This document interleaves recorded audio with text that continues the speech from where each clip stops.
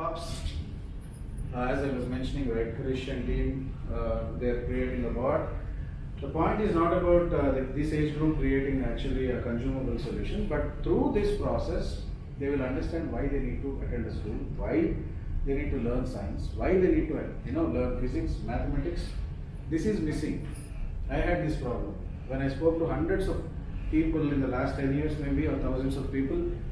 When they attended the college, the biggest problem is they don't understand why they are there. Even today, they don't know why they are actually going to a college.